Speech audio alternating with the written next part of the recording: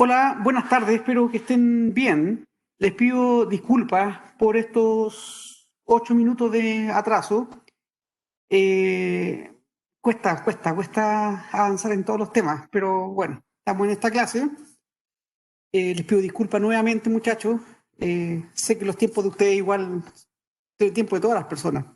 Créanme que lo respeto bastante, pero me cuesta cerrar otras cosas. Ok, el tema que vamos a cubrir el día de hoy se llama Financial Literacy. Les cuento un poco el general antes de entrar a estos detalles. Hay muchas actividades que se toman para promover el desarrollo de los mercados de capitales, que la gente participe en diversos tipos de instrumentos, renta fija, renta variable, para promover el ahorro y con eso la inversión y que la economía funcione bien. Sin embargo, esto es un tema que lleva como 10 años nomás, o sea, relativamente nuevo, que está bajo estudio, que es el conocimiento financiero en profundidad, y se asocia que al final del día uno solamente puede hacer un conjunto de actividades en un mercado de capitales si es que, si es que básicamente ustedes son capaces de promover como actividades que tengan conocimiento adecuado a las personas. Mucha gente no participa de los mercados de capitales por desconocimiento. Por ejemplo, hay gente que tiene capacidad de ahorro, pero que el único producto que ellos conocen son los depósitos a plazo.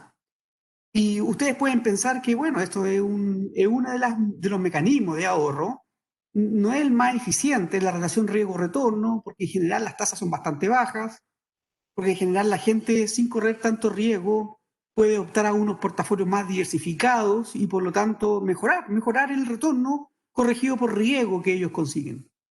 Pero para eso se requiere que la gente entienda de ciertos productos, entienda que, por ejemplo, puede invertir en alguna especie de fondo mutuo y obviamente hay un riesgo que los valores disminuyan. La gente tiene que entender el concepto de horizonte de inversión, o sea, como que básicamente no preocuparse tanto del corto plazo si estoy invirtiendo a un plazo mayor.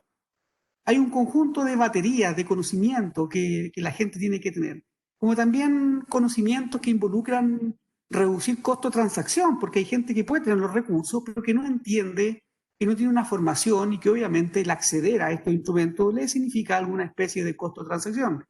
Entonces, de esta manera, por ejemplo, los managers de fondos mutuos pueden bajar esos costos de transacción. Ahora, esto tiene que ser bajo una estructura competitiva y en Chile una de las debilidades que hay es que justamente la parte competitiva es bastante baja. Entonces, hay que tratar de resolverlo de alguna manera. Entonces, lo que queremos ver entonces es cómo, en definitiva, el mayor conocimiento financiero puede conducir a mejores tomas de decisiones financieras.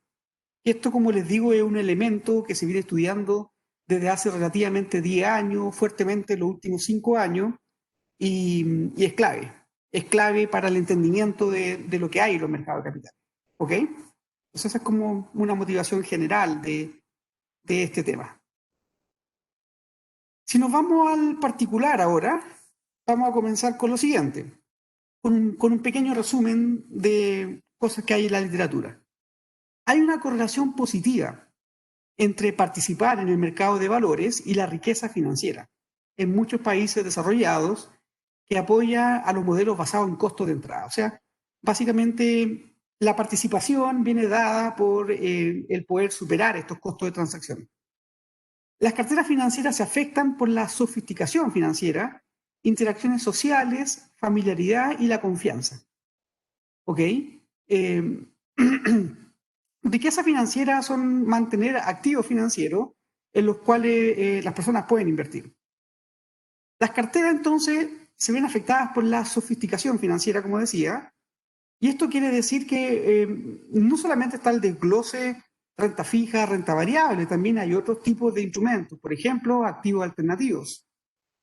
Entonces se ve influenciada por las interacciones sociales. Ustedes mismos, si es que no reciben ya, van a comenzar a recibir en el futuro preguntas de amistades, de familias, que los ven que ustedes se están formando en áreas financieras y ellos, no sé, puede ser uno que sea doctor, otra persona que tenga otro tipo de profesión u oficio y por lo tanto no esté tan familiarizado y les pregunta a ustedes, porque en el fondo, y ellos se ven beneficiados del conocimiento que ustedes están teniendo y que van a tener a futuro.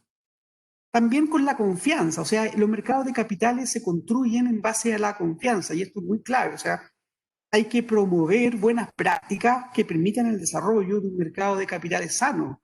Por eso que es importante, por ejemplo, evitar uso de información privilegiada, proteger a los minoritarios. Cuando uno analiza los mercados de capitales, la confianza es clave. Y uno de los elementos que siempre ha habido un choque es entre el control y los minoritarios. En general, las personas que tienen el control de la compañía utilizan ese poder en beneficio propio y muchas veces los minoritarios solo reciben costos.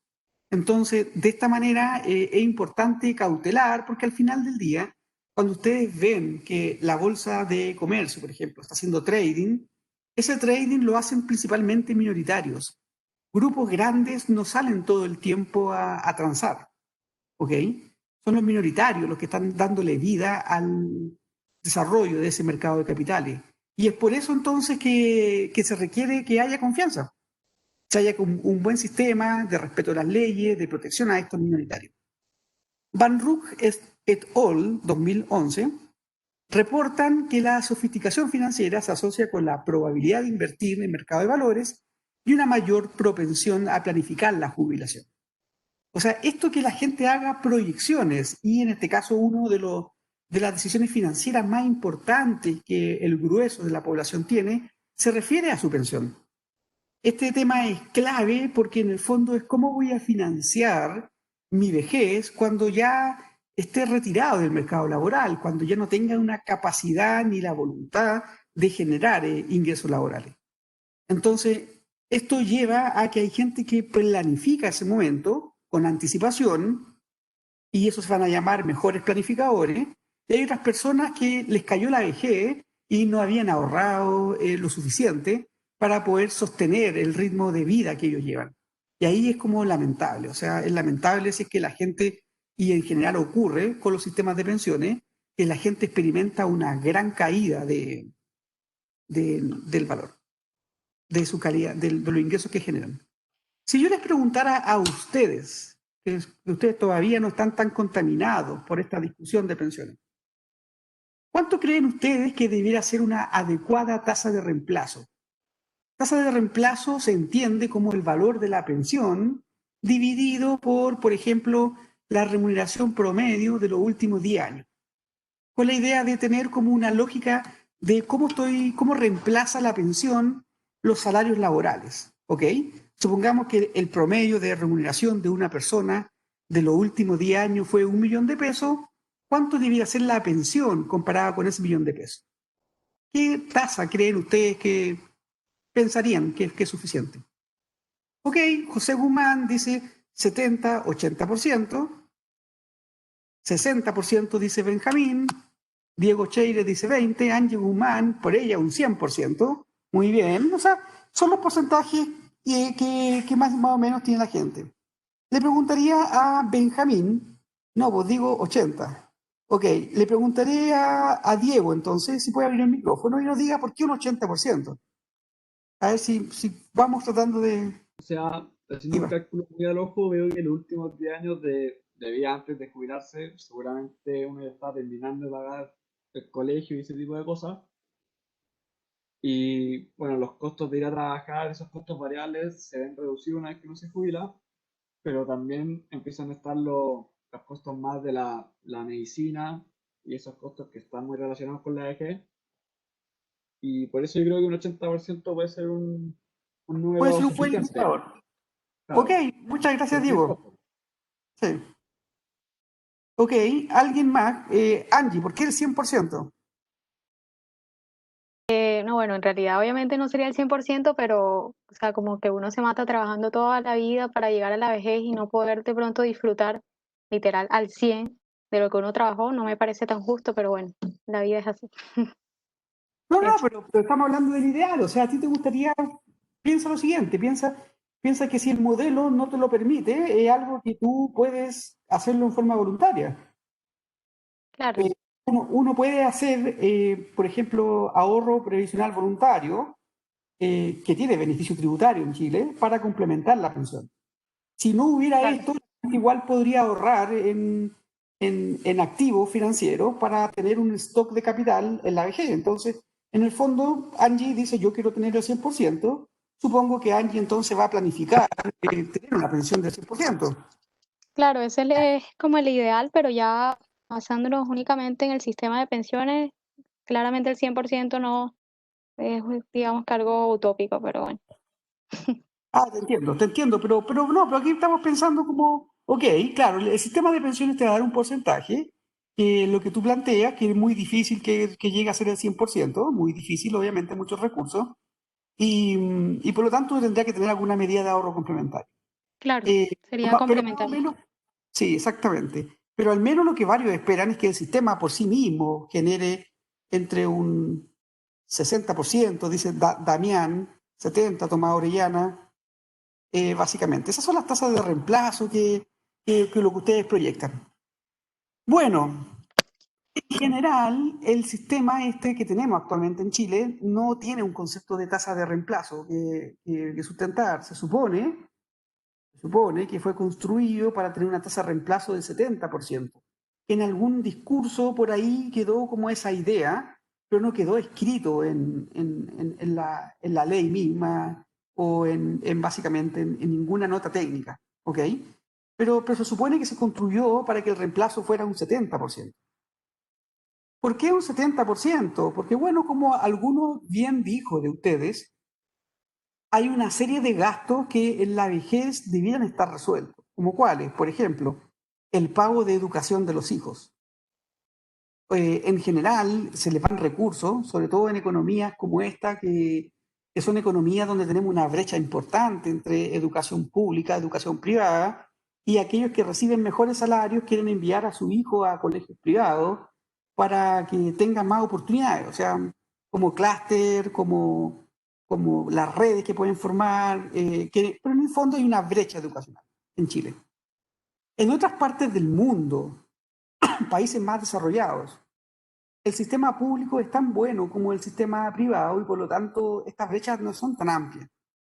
¿Ok?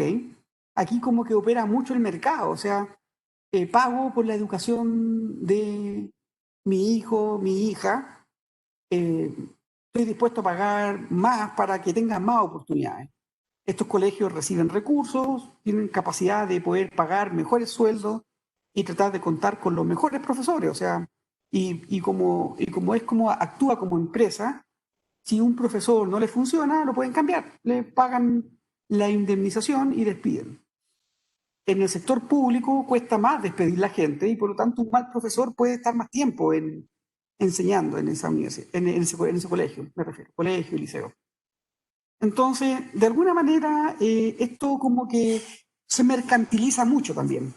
Y por su parte, también las instituciones tienen sus fines de lucro, aunque dicen que no los tienen, pero los tienen. Y por lo tanto, como que el sistema funciona así. En otras partes del mundo, la verdad es que hay colegios que son incluso mejores que los privados en ciertos counties en Estados Unidos, por ejemplo. En otras partes, la educación, la salud es algo gratis, o sea, como alguien, o sea, gratis en el sentido que contribuyó en impuestos en su etapa activa y en la vejez lo reciben. Entonces son programas públicos más universales. Entonces, de esa manera la población está más cubierta. Hoy en día tenemos un tema con las pensiones que no son suficientes para el grueso de la población, que claro, ahora le dicen, no, es que lo que pasa es que usted ahorró muy poco, sí, pero nadie lo educó, y aquí es importante el financial literacy, de que este sistema no es un sistema de reparto, no es un sistema que esté garantizando un beneficio. Por lo tanto, nadie lo educó de que aquí en este sistema la gente enfrenta el riesgo del mercado laboral, que básicamente si queda desempleado, no cotiza, si no cotiza, su pensión no va a mejorar. Está el riesgo de las inversiones, que estos recursos se colectan, se juntan y si se registran y se invierten en los mercados de capitales. Entonces, como que hay riesgo asociado en materia de inversión. Y finalmente, hay un riesgo en la pensión, porque la pensión se calcula en base a la mortalidad de la persona, en base a la proyección de mortalidad, pero también de si tiene grupos beneficiarios. Entonces, nuevamente, y eso le hace bajar la pensión. No es una pensión como el sistema de las Fuerzas Armadas, por ejemplo, que la pensión queda vinculada a la última historial más reciente de remuneraciones y con un máximo de números de años en el divisor, o sea, queda un beneficio totalmente más estable, más seguro y no asociado a los patrones demográficos de la edad de la cónyuge o el cónyuge si es una funcionaria militar mujer. Entonces, básicamente es un sistema que protege más. Este sistema de seguridad social tiene bien poco, porque la verdad es que nada garantiza que la pensión sea un determinado monto, nada garantiza de que básicamente te va a durar por todo el periodo de tu vejez. Entonces, como que hay hartas cosas que hay que trabajar, mejorar. Las tasas de reemplazo, nuevamente discutíamos, no necesariamente uno va a requerir el 100%, hay costos que debieran estar de salida, como bien dijo alguien, como la educación, que es una componente importante, sobre todo en familias más numerosas. La educación, el tema de, por ejemplo, la vivienda. Uno de los temas que hay aquí en Chile es el sueño autocumplido en general, de que la gente es dueña de su vivienda en general. Cada vez está más difícil, cada vez están más caras las propiedades, cada vez cuesta más juntar el 10% de la compra de la primera vivienda como monto de pie. Pero es el grueso de la población en general es dueño de su techo, entonces eso también es algo que fueron pagando seguramente en su periodo más activo a través de dividendos, ¿ok? Fueron pagando estos créditos hipotecarios. Y por lo tanto esto lleva a que esas dos partidas importantes de gasto, educación de los hijos, en general de una familia promedio, gasto de vivienda, debiera estar resuelto al momento del retiro. Y por lo tanto eso te hace bajar en general el porcentaje que tú necesitas de tasa de reemplazo. Si ustedes lo piensan, un crédito hipotecario en general significa el 20-25% de lo que piden como de los ingresos que genera la persona como para pagar el crédito hipotecario. Supongamos que alguien lo sacó al techo, significa que está liberando un 25% de lo que generaba de ingresos. Entonces eso lleva a que su tasa de reemplazo debiera bajar de 100 a 75. Después la bajada de la educación de los hijos y la mantención. O sea, la mayoría de ustedes no trabaja, la mayoría, hay algunos que sí lo hacen, pero la mayoría de ustedes no trabaja y tiene un sponsorship de sus padres, de un familiar, de alguien que está a cargo de ustedes. Hay otros que no, hay otros que tienen que salir a batírselas por ustedes mismos. Pero en general uno esperaría que, y eso ocurre cada vez más frecuente, que los hijos se van más tardío del hogar. Pero tampoco se van jubilados, o sea, en el fondo tienen que ellos correr también la suerte de armar su familia y luchar y salir adelante y dejar de depender de los padres. Hay algunos que nunca dejan de depender. Entonces, en el fondo, eso lleva a que la necesidad de recursos es más baja. Ahora, como alguien dice, como dice Camila, es muy difícil pensarlo para las personas que ganan salario mínimo. Y ahí concuerdo plenamente contigo, Camila. O sea, también es cierto que eso opera como para un segmento de la población, lo que acabo de decir, que es la que puede pagar colegios particulares, que es la que puede pagar, obviamente, hipotecarios, casa y todo. Hay otras personas que reciben salario mínimo, que heredaron una casa de sus padres, pero que por eso tienen casa. Hay otros que siguen arrendando, que es más complejo. O sea, llegar a la vejez y arrendar toda la vida es súper complejo. Por eso que en el fondo el Estado trata de promover políticas de ahorro para la vivienda, para irle bajando la carga financiera a la gente en la vejez. Hay otros países, por ejemplo, Australia, le entrega un subsidio para el arriendo de vivienda a la gente, que no puede costearse en la vejez. ¿Ok? Porque se entiende que hay una caída brusca en la generación de ingresos y por lo tanto ellos contribuyen. Ahora, en general esos sistemas la gente paga mucho más impuestos, o sea, tasa promedio del 45%, tasa de impuesto plano para todo el mundo casi. Pero la gente paga con gusto. Es cierto lo que dice Camila Rebolledo acá. Aquí tenemos una brecha salarial enorme. Alguien con salario mínimo, la verdad es que yo no sé cómo sobrevive, porque ni siquiera puedo decir vive. Esa persona yo creo que sobrevive, pero en el fondo, y sobrevive bastante golpeado en la vida. Pero en el fondo, el grueso, y eso es algo, es una discusión que ustedes pueden estar escuchando más seguido en prensa. Hay mucha gente de aspecto técnico que, que básicamente pide que se paguen más impuestos. Porque al final del día, financiar un mayor gasto social requiere el pago de impuestos, requiere como recaudación, ¿ok? Y eso es un elemento que hay que tener clave en este tema. Y sin embargo, en Chile tenemos como dos dificultades.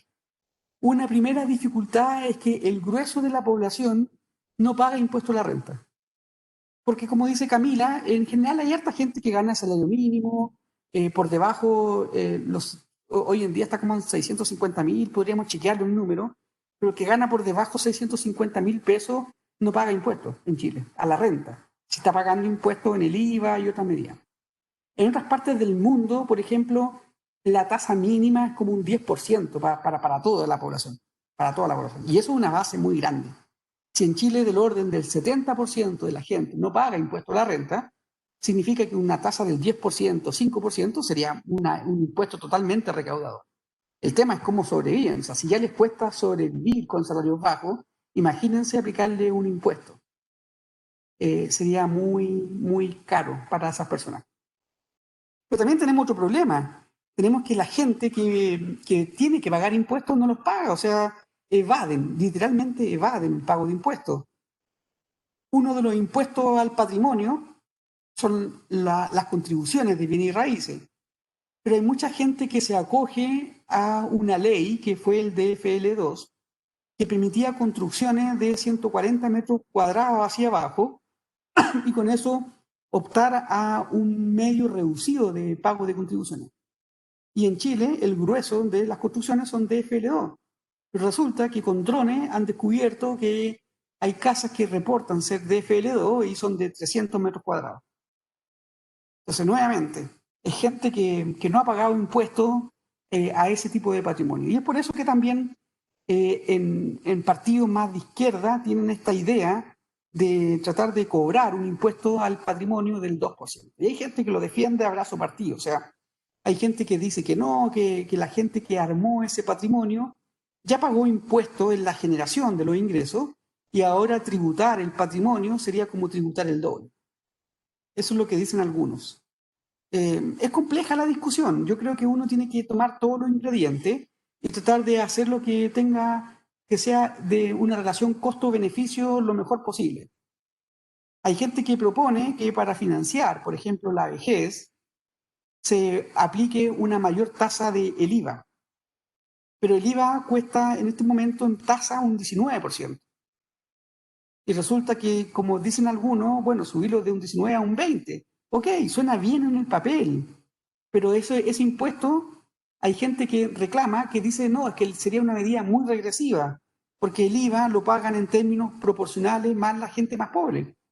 Ellos básicamente se consumen todo el ingreso y por lo tanto pagarían más porcentaje de sus ingresos en este IVA. Ahí hay gente tan inteligente que encuentra que dice, no, es que aquí no se trata solamente de cómo se afecta en esa partida, al final importan las transferencias netas. O sea, si la gente, es cierto, la gente pobre pagaría más IVA, pero por otro lado son los que reciben más bonos marzo, el bono IFE, el bono clase media, en el fondo como que tienen varios subsidios y por lo tanto como que al final del día importa el valor neto, si contribuyen más o contribuyen menos, porque hay gente que dice subir el IVA de un 19 a un 20%, si bien es cierto, los más pobres pagan casi todo su ingreso y por lo tanto como que en términos proporcionales sería un costo muy alto para ellos, hay gente que gana mucha plata y subir un 1% es que el tipo va y puede salir a una cena con su grupo familiar y el tipo gasta 100.000 pesos. y por lo tanto, obviamente, lo que se recauda con la gente que tiene más ingresos por IVA sería más fuerte en aquellos que pagan consumo más grande.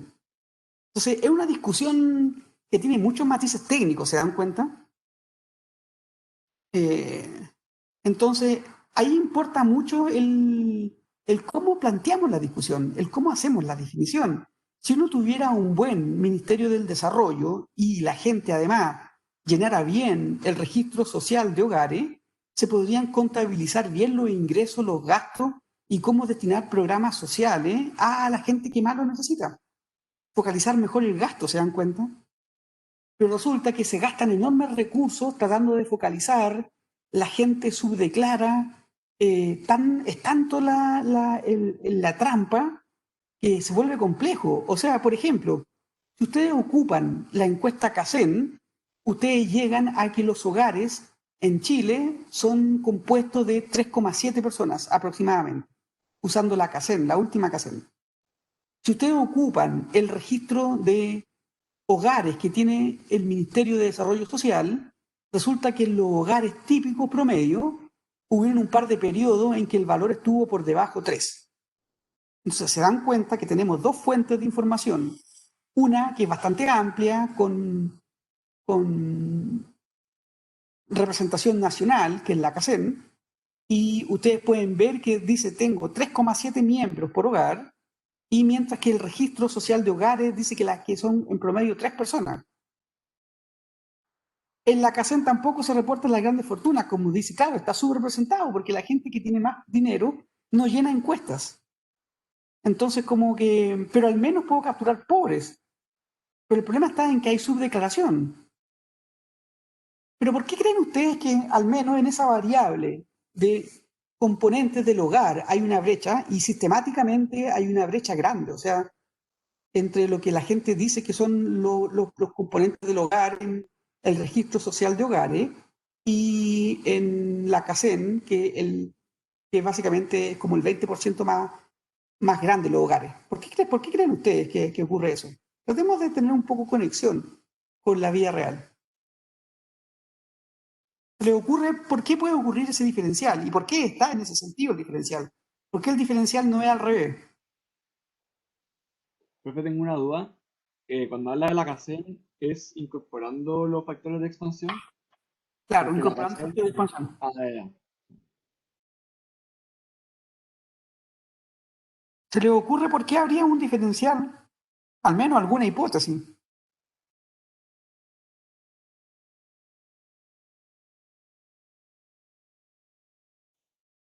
¿Para qué la gente llena típicamente el registro social de hogares en el Ministerio del Desarrollo Social?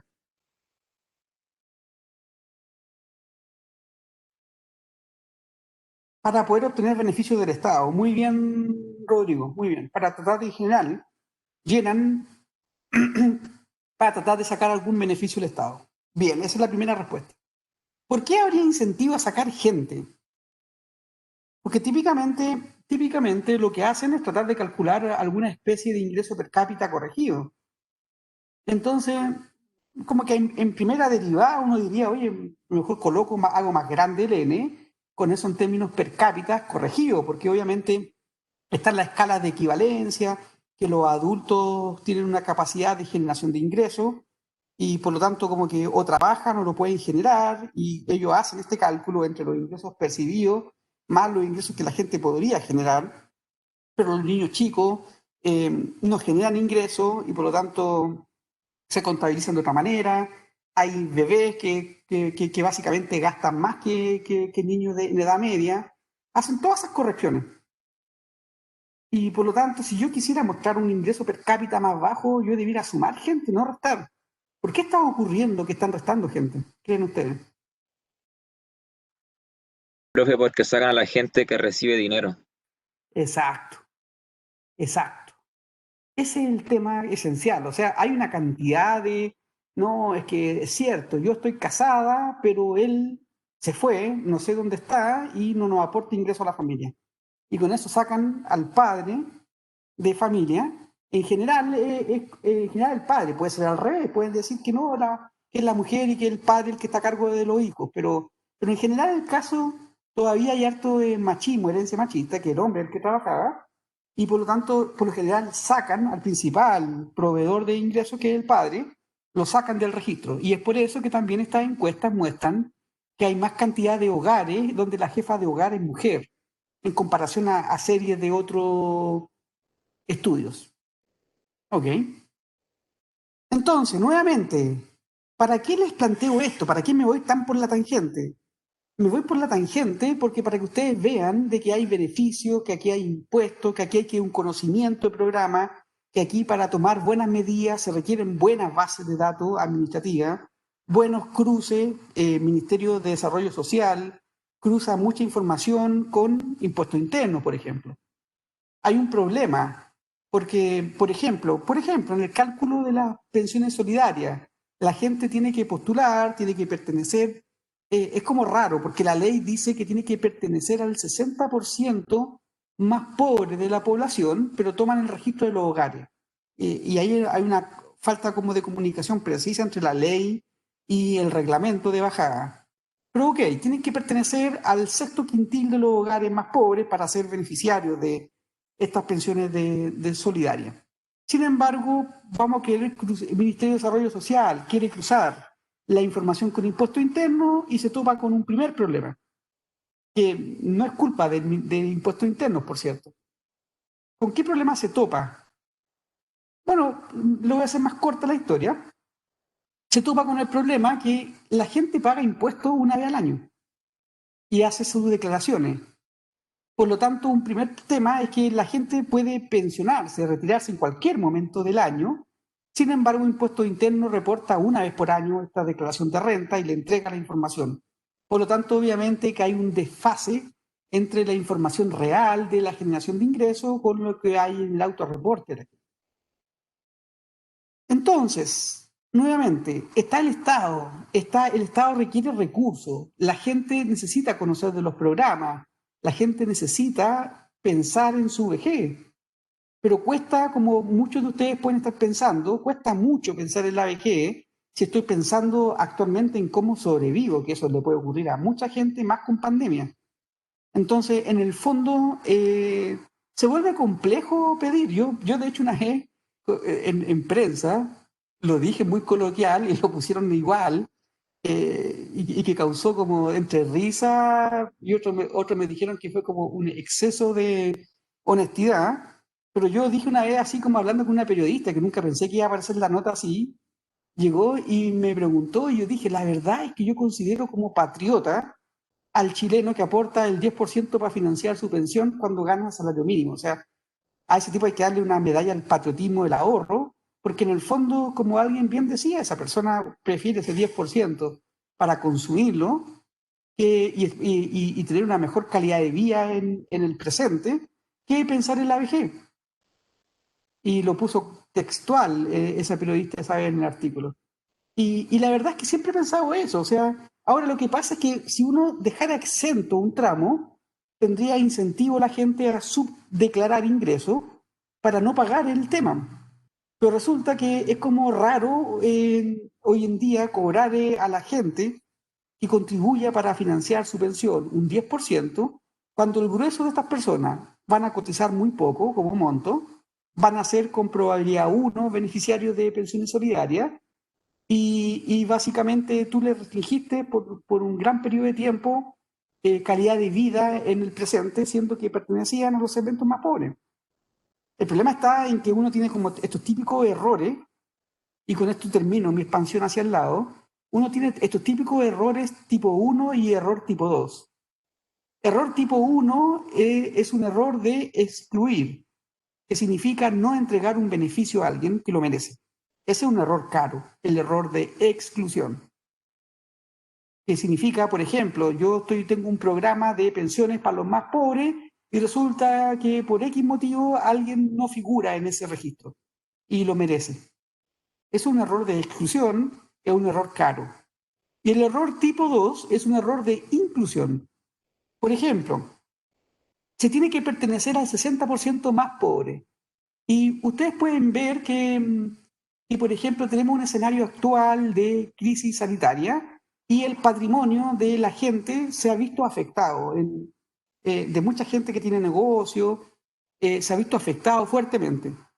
Pensemos el caso de, por ejemplo, el dueño de algo que ha hecho engrosar el capital de mi estómago por mucho tiempo, pero no en el último tiempo, que es el dueño de la fuente alemana. ¿Les gustan a ustedes los sándwiches y las cosas que prepara la fuente alemana, no?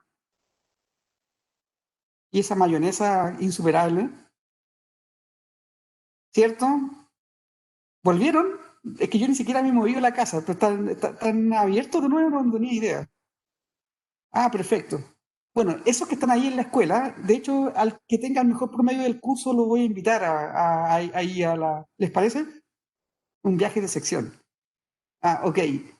Bueno, pero el punto es a toda la sección, no, eso es lo que tiene la gente, ¿ven? Uno les da la mano y todos van hasta acá, es como, hasta acá. Bueno, muchachos, pero es que no es igual el de Pedro Valdivia. Yo he ido, pero no es igual que el que está en la Alameda. Ok, los dos son fuentes alemanas. De hecho, para mí es mejor el de mi ciudad natal de Concepción. Ese es el mejor, pero bueno. El punto concreto es que son muy ricos los sándwiches, mayonesa casera. Uy, qué rico. Hablar hasta ahora de comida es mala ocurrencia, sí. Entonces, bueno, el dueño de la fuente alemana ha tenido un periodo muy malo para sus ingresos, porque obviamente entre estallido social, entre crisis sanitaria, se estaban casi declarando en la quiebra, porque el tipo no ha podido mantener y tuvo que despedir a gran parte de esas abuelitas que son notables, las que trabajan en esos locales, gente mayor generalmente, lleva muchos años ahí asociada. El tema de indemnizaciones por año de servicio era altísimo. El tipo tiene casa acogido a la ley especial ahora. Pero bueno, el punto es que esa persona puede haber visto disminuir fuertemente su patrimonio. Y resulta que la base de impuestos internos lo va a registrar como un tipo pobre porque ha perdido un patrimonio enorme. Impuesto interno registra eso y por variación de capital va a registrar que esta persona tuvo un ingreso negativo tan fuerte que encajaría como dentro del concepto, y es verdad, esto es un caso real, no digo que él se esté acogiendo, porque hay gente, pero hay harta gente que ha tenido empresas, pymes con ventas considerables, que han visto su patrimonio disminuir, y por lo tanto eso registran como ingresos negativos en impuesto interno. Y resulta que caerían bajo el criterio del 60% más pobre. Hay gente que devuelve, dice, mira, la verdad es que me ha ido mal, he perdido valor, he perdido, no sé, pues mi patrimonio era, indexémoslo, o no indexémoslo, supongamos que esa persona tiene un patrimonio de 3.000 millones de pesos y ahora su patrimonio es de 2.000.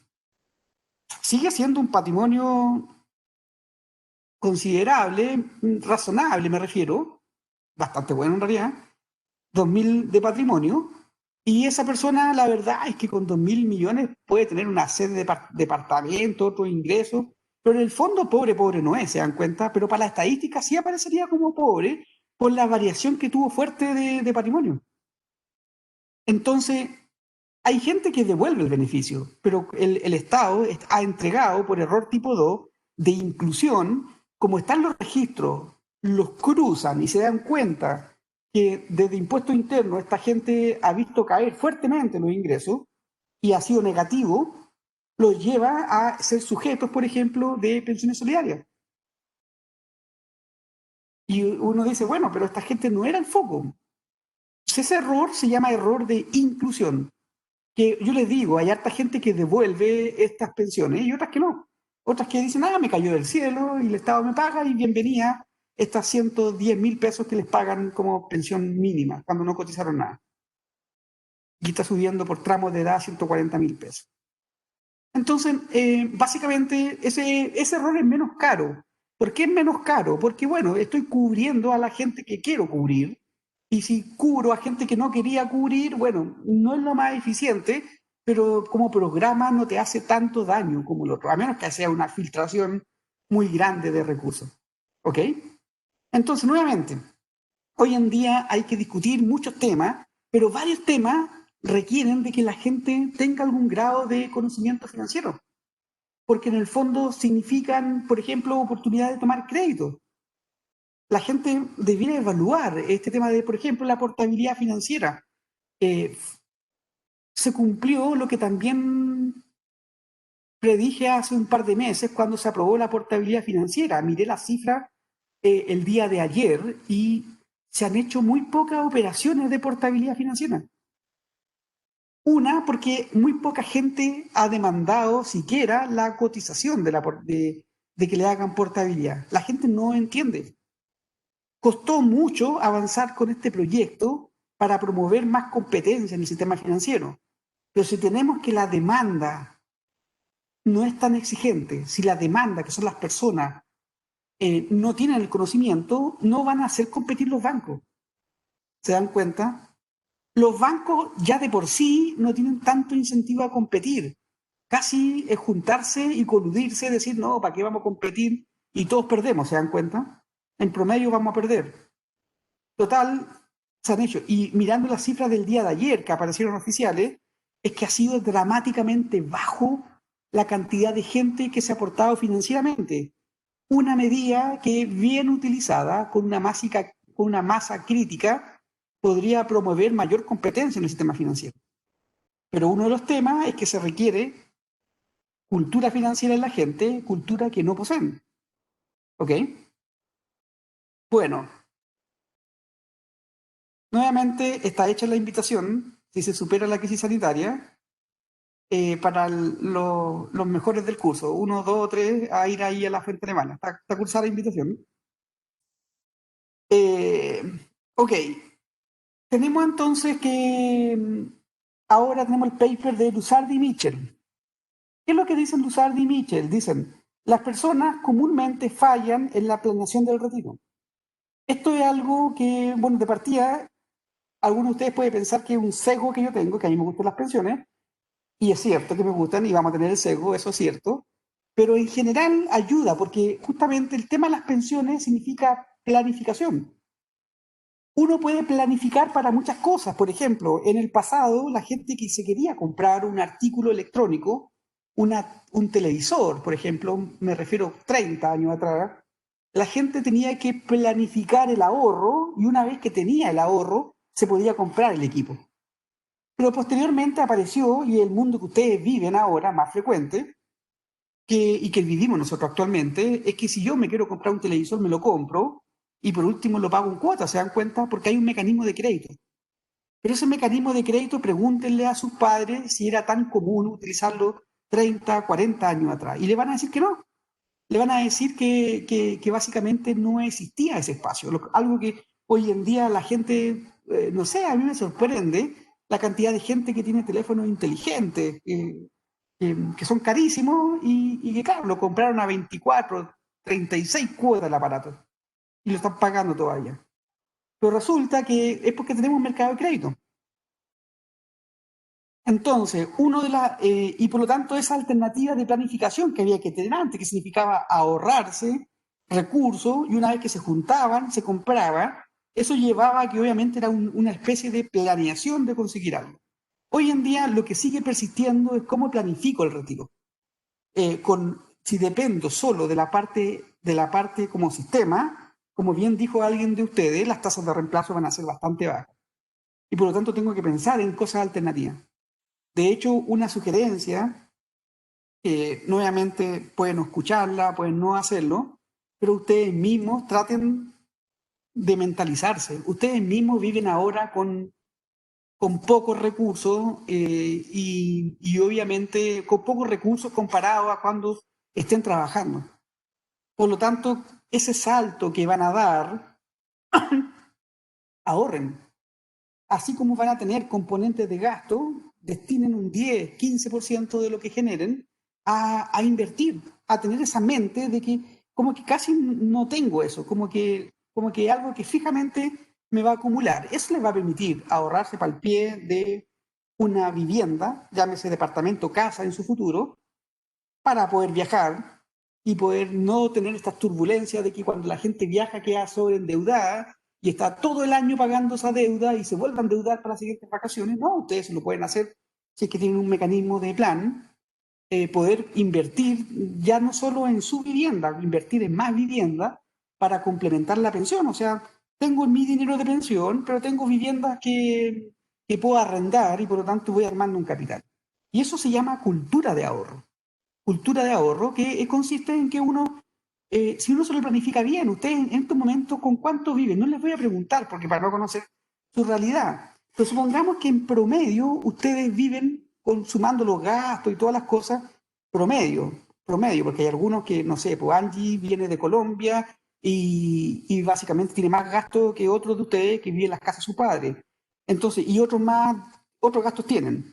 Entonces podemos entender que la realidad no es la misma. Pero si yo calculo el promedio, yo podría pensar que el promedio de ustedes vive entre 200 y 300 mil pesos, el promedio, mensuales. Y resulta que va a ocurrir como pasó que del año pasado, uno de mis alumnos lo recomendé por sus méritos propios, entró a la superintendencia de pensiones y recibe como salario de entrada 2,4 millones brutos, que significa como 1.800.000, 1.900.000 líquidos.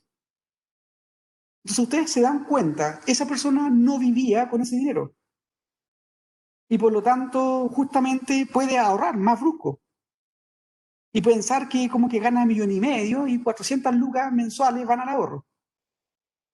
Y de esa manera va armando capital para qué, para las cosas que le digo. Y por lo tanto es algo que siempre se puede hacer, se dan cuenta, pero si uno lo parte como regla básica. Ahora, si esa persona que está ganando líquido como y primer trabajo, cero experiencia, líquido, 1,8 millones, 1,9 millones, gasta 2,5 millones, se va a endeudar. Y va a vivir como mucha gente que vive en este país sobreendeudada. Porque hay gente que bicicletea deuda hasta que se les corta la cadena. Entonces, esto también requiere cultura financiera, o sea, uno tiene que ser ordenado, tiene que sacarle provecho al sistema financiero, son jóvenes, por lo tanto van a tener oportunidades de crédito, y el crédito es un activo que ustedes pueden usar bien, si es que lo ocupan para invertir, por ejemplo. Entonces, de alguna manera, ustedes pueden tener un buen desempeño, pero ahí depende obviamente de tener reglas. El grueso de la gente no las tiene. Y ese es el problema que tenemos. El grueso de la gente vive el día a día. El grueso de la gente vive endeudada y sobreendeudada. Y por lo tanto, nos tocó esto de esta crisis sanitaria, ha sido un golpe profundo a nivel mundial. Nadie estaba preparado para esto. Nadie estaba preparado para esto.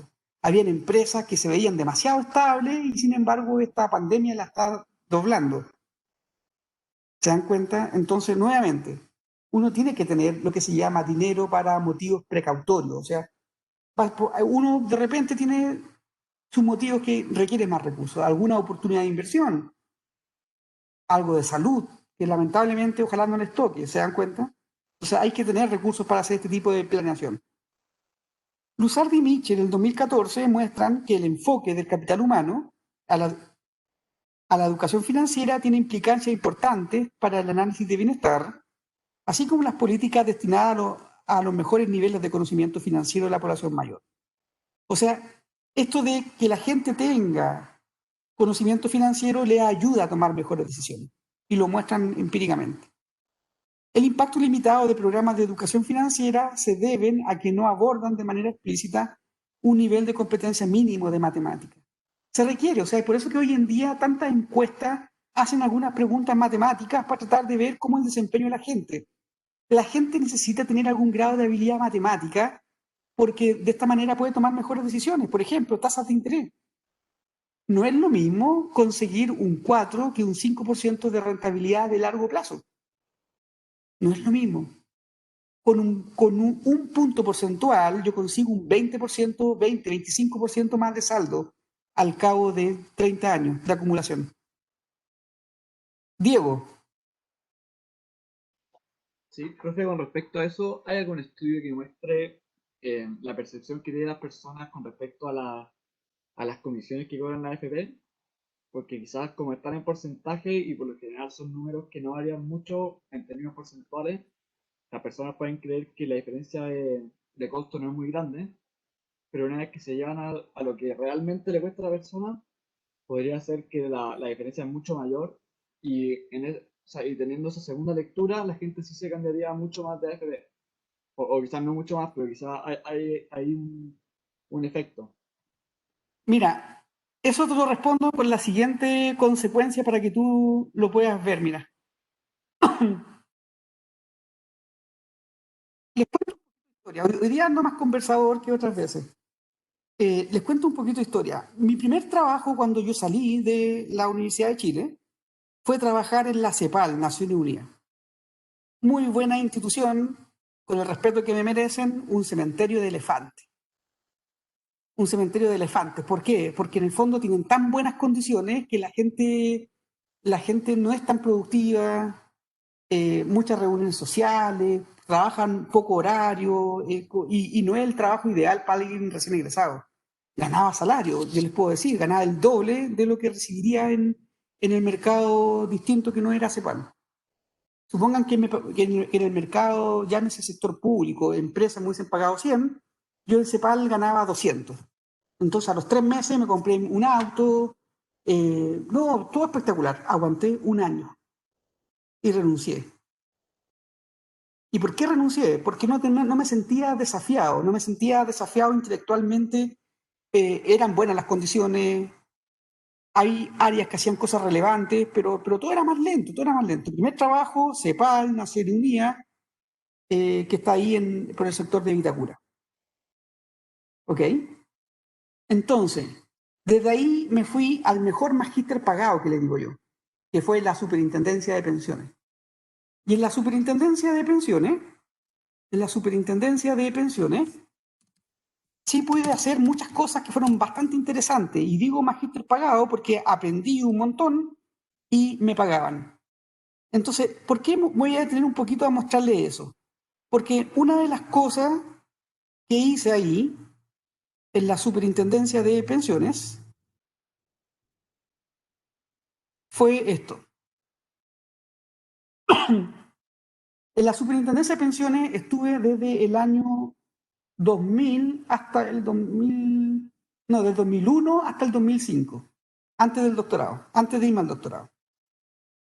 Y una de las cosas que yo hice ahí fue justamente, esto está como informe de estar,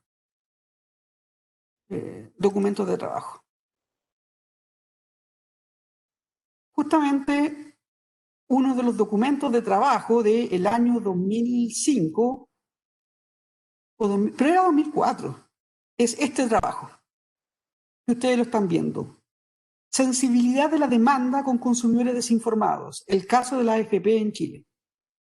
¿Qué es lo que dice? Dice, este artículo analiza la sensibilidad de la demanda previsional con respecto a las variables relevantes como uno de los elementos fundamentales que ha marcado el comportamiento de la industria de AFP en Chile. Es decir, se analizará el impacto que pueden tener las diferencias en comisiones cobradas y rentabilidades obtenidas por los fondos de pensiones en las decisiones de cambiarse o permanecer en administradora. Si ustedes entran, está el working paper, y este working paper lo hice con quien llegó en el último año a ser mi jefa de estudio, que es Solange Bertheim, que después se transformó en la superintendente de pensiones y ahora es gerenta de la división financiera del Banco Central. Muy brillante ella, Solange. Entonces, le propuse a Solange escribir este paper de sensibilidad de demanda, y este paper responde a la pregunta que tú estás haciéndome. Que justamente este paper habla de la falta de sensibilidad. Si lo amplío un poco, control más. Ok. Este paper, como les digo yo, lo pueden buscar como working paper número 4 de las superdimensiones, y si lo quieren leer, no lo obligo a leer, pero en el fondo este paper habla de todo eso. Hace un buen barrido de lo que ocurre en Chile, es un modelo de orden Logit, y básicamente encuentra que hay una falta de conocimiento financiero. Aquí lo que se hizo fue estudiar el tema del conocimiento financiero por tramo etario, y que aquí, ¿qué es lo que ocurre? Lo que uno más o menos espera, que las probabilidades son más bajas en la gente más joven, tiene menos conocimiento que la gente mayor, pero también ustedes pueden observar que cuando ya son muy viejos hay una caída también, o sea que el óptimo está entre los 50, 60 años el conocimiento. Con nivel educacional, a mayor nivel educacional, mayor conocimiento financiero, con ingreso también. Y un paper que, como les digo, que hace un modelo Orden Logit. Este Y ahí hablo de los traspasos y todo lo que está ahí, y como el elemento de discusión para cerrar ese artículo en ese momento, lo que propusimos fue justamente provocar cambios en la cartola de información que le entregan las AFP a las personas. En vez de hacerla como general del sistema, como se hacía, lo que el paper proponía era hacerla individual. La AFP, no, es que eso no se puede, no, aquí no, ¿cómo no se va a poder? Si tienen computadores, no, pum, se hizo. Y hoy en día las cartolas son individualizadas, en el sentido que le dicen a la gente, usted pagó tanto en comisión en su AFP, si usted hubiese optado a la AFP más barata en forma, y además está la lógica de lo que justamente preguntaba el alumno, está en la lógica de, si yo lo hago en forma mensual, la gente no nota la diferencia. Pero si yo les digo a la gente, se pueden ahorrar 140.000 pesos en el año, ya les llama la atención, porque tú dices, oye, con 140.000 pesos yo, no sé, pues puedo hacer una diferencia en comprarme algo. Porque la gente, el paper lo que mostraba era que la gente no miraba rentabilidad, no miraba el precio, o sea, están todas las condiciones de que la gente no está mirando las variables relevantes del sistema y por lo tanto no hay incentivo a ser competitivo. ¿Se dan cuenta? Porque la gente como que esto lo ve como tan lejano que lo posterga. No es lo mismo que si yo hiciera una encuesta, por ejemplo, de productos que la gente consume en forma normal en el supermercado o en una feria. La gente tiene nociones de los precios y cuando le suben un precio mucho, la gente se contiene, dice, no, esto está muy caro, espero que baje de precio, espero por la promoción, qué sé yo. Como que están más al tanto de los precios corrientes. Pero aquí, con este tema de comisiones, rentabilidades, como que no lo ven. Ven que dicen, no, que me cobren un 1.3 o que me cobren un 1.45, es como lo mismo. Pero si tú le dices, oye, pero al cabo de un año te puede ahorrar una diferencia importante, como que recién ahí lo notan. Entonces, justamente ese fue un trabajo que yo hice cuando trabajé en la superintendencia de pensiones, la división estudio, antes de irme al doctorado.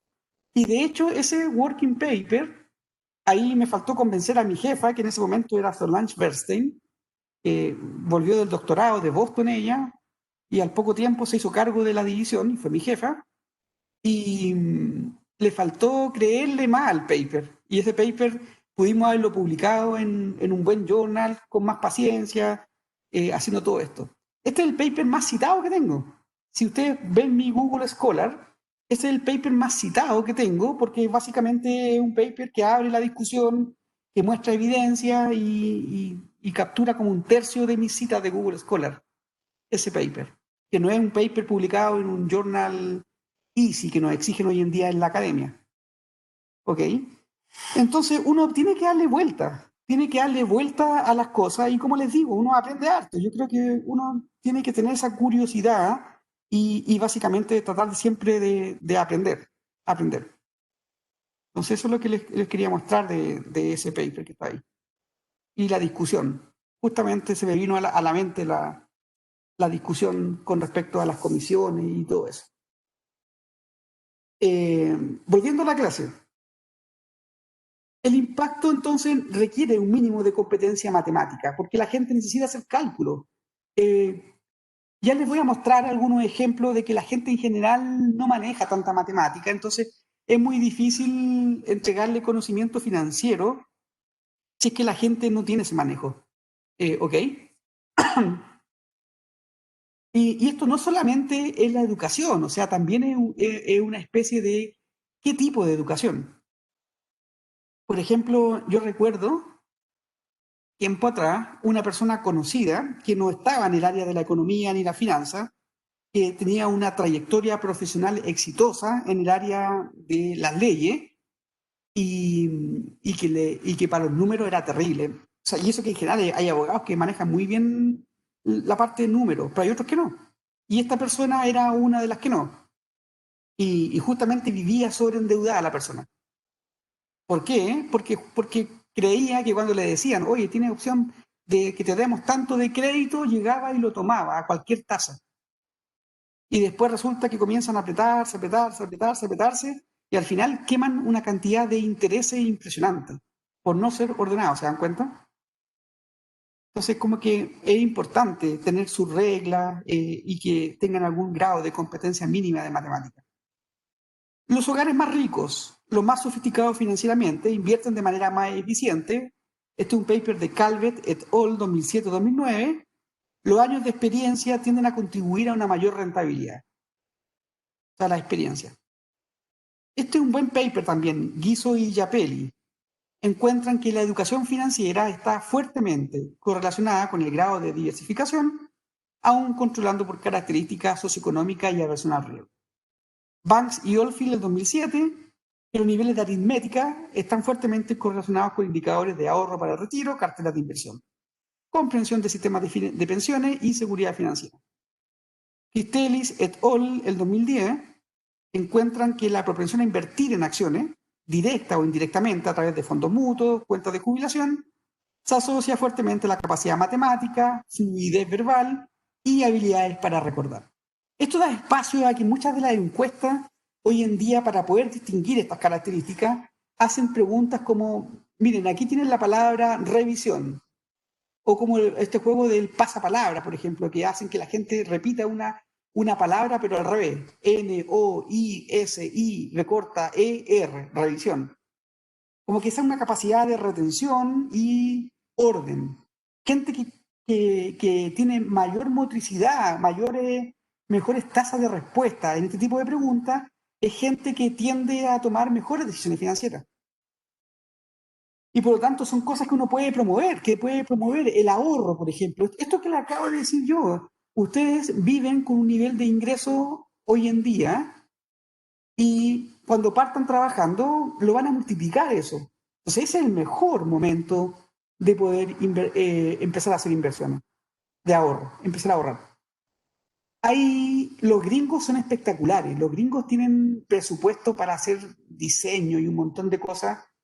Y por ejemplo, leí un artículo hace un tiempo, lamentablemente no lo guardé, si no se los comparto, pero esto no es ahora no es tan novedoso, en su momento me sonó novedoso, que los gringos hicieron el siguiente ejercicio. Gran parte de la econometría se basa en cambios de las preguntas, su nivel de educación, esta otra característica de la persona, y en torno a muchas cosas demográficas. ¿Ok? Sin embargo, no controlan el entorno. Por lo tanto, ¿qué hicieron los gringos? Muy inteligentemente. Comenzaron a hacer una base de datos a twins, que le llaman ellos. Porque nosotros entendemos la diferencia entre los gemelos y los mellizos. Uno dice, mira, los gemelos son idénticos, nacieron del mismo óvulo, y ustedes pueden ver ahí que básicamente tienen características que lo hacen idéntico. En cambio, los mellizos se parecen, pero no son como los gemelos, no son idénticos, ¿ok? Entonces, estos gringos son tan espectaculares que tienen datos de todo ese tipo de condiciones. Porque imagínense ustedes que les nacen 2 hijos, ustedes tendrían un trato preferencial por alguno de ellos, ¿no? Lo más probable es que no, o sea, en general, porque ustedes les pueden preguntar, ustedes tienen hermanos, y ustedes pueden decirle a sus padres, papá, sinceremos la cosa, ¿usted ha tenido algún trato preferencial por alguno de nosotros? Lo más probable es que el papá responda no, pero en la práctica ustedes saben que a veces se hacen diferencias. ¿Ok? ¿O no? ¿O ustedes creen que los padres no hacen diferencia? Es una pregunta interesante. Hay diferencia entre los hijos, ¿no? A veces han detectado, o no piensen en ustedes, sáquense el ejemplo de ustedes, vean para afuera, amigos que tienen hermanos. En general es muy difícil no hacer diferencia, siempre hay un hijo que es más regalón, hay otros que dicen, sí, es que tú eres el más regalón porque el que requiere más atención, no sé, en el fondo, pero hay diferencia, depende de la situación, claro, exactamente, pero en el fondo pueden, incluso depende de las situaciones, como dice Angie, porque incluso, por ejemplo, cuando son muy jóvenes, tienen un hijo, el primer hijo, se vuelven locos, como decía un amigo mío.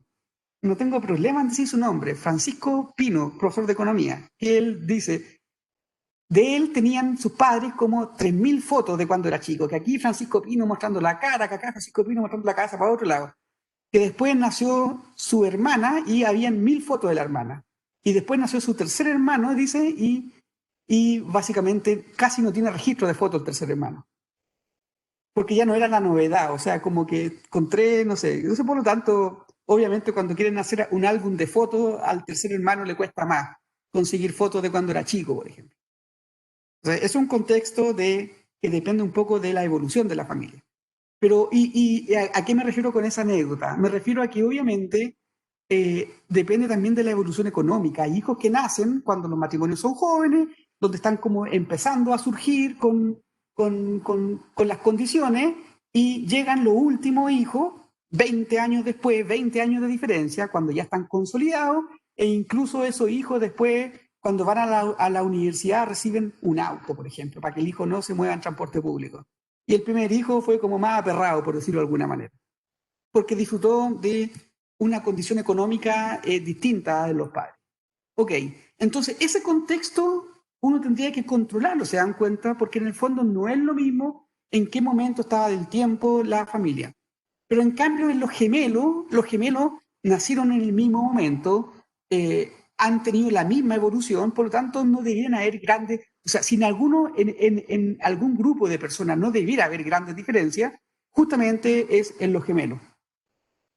Bueno, hay papers de Estados Unidos que muestran que pueden ser gemelos, pero no son idénticos. Siempre hay uno que es más dominante. Siempre hay uno que es más dominante. Y que lo hacen distinto, que hay uno que es más retraído y el otro es más hablador, que hay uno que es más perseverante y el otro tiene otras características. Y por lo tanto, ocurre eso. A todo esto me acuerdo de... ¿Alguno de ustedes es gemelo todavía, no? ¿En serio, Angie? Debe ser divertido en algunas cosas y otras no tanto, pero sí. Yo no sé si soy melliza o gemela. Es una buena pregunta, Mariana. Ahí tiene, bueno, pero en el fondo tiene una hermana que nació contigo. Porque obviamente tienen que ser del mismo género, porque uno, lo que no hay es que sean gemelos, hombre, mujer, eso no pueden, ¿ok? Pero es interesante, entonces, se supone que no hay grandes diferencias ahí. Pero ahora me estaba acordando de otra anécdota. Uno de mis buenos amigos en los tiempos del colegio, él tenía un gemelo y estaban puestos en colegios distintos, ¿ok? Y resulta que este amigo mío que llegó al colegio de nosotros, él se beneficiaba del hermano gemelo. ¿En qué se beneficiaba? El hermano gemelo era el entrador, era el simpático, iba a la fiesta, conocía a chicas, y resulta que este era el retraído, el que estudiaba, el que era más tranquilito. Entonces le pasaba que de repente llegaban chicas y lo agarraban a besos. Y él como que se quedaba como extrañado, porque él no las conocía. Entonces le decía, pero ¿cómo no me conoces? Si estuvimos en la fiesta, tal cosa. Y él siempre sacaba su fotito y mostraba que tenía un hermano gemelo. Y como que, pero siempre lo molestábamos nosotros, que él era el que se beneficiaba de tener ese hermano gemelo. Tiempo del colegio, compañero. Y quizás qué será de este muchacho Ricardo. Pero bueno, el punto concreto es que el entorno está más controlado. Entonces, nuevamente uno esperaría que temas de alimentación fueran más controlados, idénticos, el entorno económico fuera más controlado, idéntico. Entonces, ¿a qué los quiero llevar? A que hay características entonces que entre los gemelos no van a ser iguales. Y por ejemplo, uno de los estudios interesantes, y eso es lo que les quería mostrar, pero no tengo el estudio a mano, voy a buscarlo de aquí al jueves, es que le hacían en ese tiempo, hoy en día tendrían que cambiar el tipo de ejemplo, les proponían a los niños, mira, te doy un trozo de chocolate si lo quieres comer ahora, o te doy 2 trozos si esperas 15 minutos. Ese era con chocolate el ejemplo. Hoy en día tendrían que hacerlo con comida saludable, porque si no lo acusarían de mal diseño de proyecto, atentar contra las personas y todo eso. Pero el ejemplo partió hace 30 años atrás con chocolate.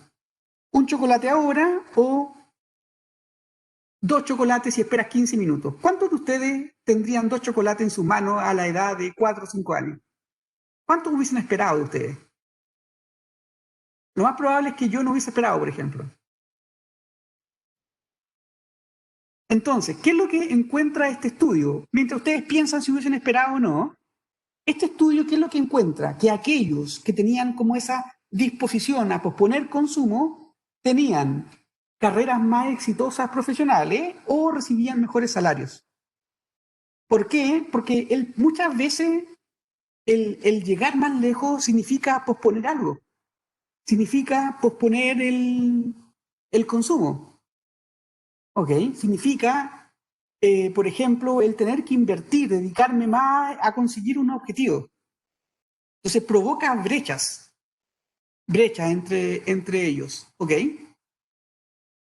Y por lo tanto, en Estados Unidos hicieron ese reporte, lo encontré súper interesante porque yo nunca había visto que, porque cuando uno hace regresión, les pido un minuto nomás en lo que queda.